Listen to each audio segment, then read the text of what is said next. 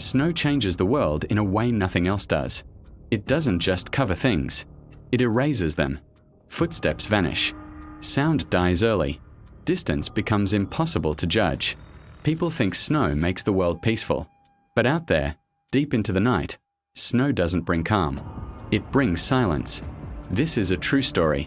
It happened during a winter storm so severe that search crews weren't allowed to deploy until morning.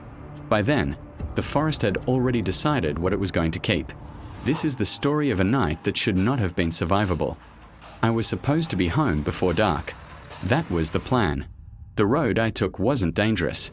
I'd driven it dozens of times. A 2-lane stretch cutting through state land. Trees on both sides. No streetlights. No cell service for long sections. Snow had started falling earlier than forecasted.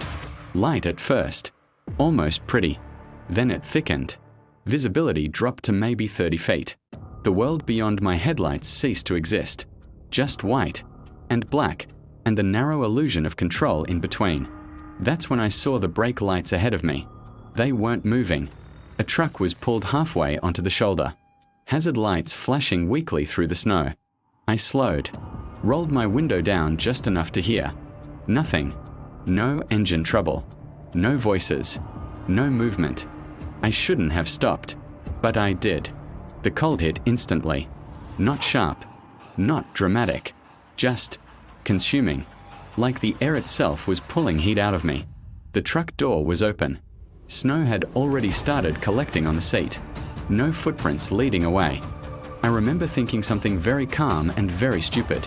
Maybe they just walked into the trees to pee. I stepped off the road. The forest swallowed sound immediately. My footsteps felt wrong. Too loud. Too close to me. I followed the edge of the tree line, calling out once. Hello. No answer. That's when I saw the footprints. Bare. No boots. No shoes. Just human feet pressed into fresh snow. They didn't wander.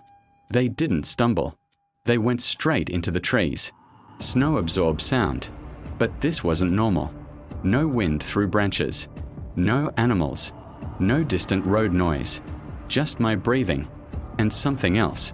The feeling that the forest was listening. I realized I couldn't hear the road anymore. That's when I noticed the footprints had stopped. Not turned.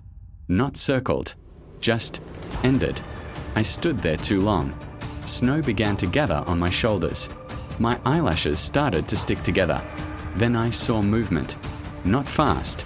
Not sudden. A shape between the trees. Tall. Narrow. It didn't step forward. It didn't step back. It just adjusted. Like something shifting its weight after standing still for a very long time. I never saw its face. But I knew, absolutely, that it was aware of me. I didn't run. Running feels like prey. I walked. Slowly. Deliberately. Back the way I came. I didn't turn around. The silence followed me. When I reached the road, the truck was gone. No lights.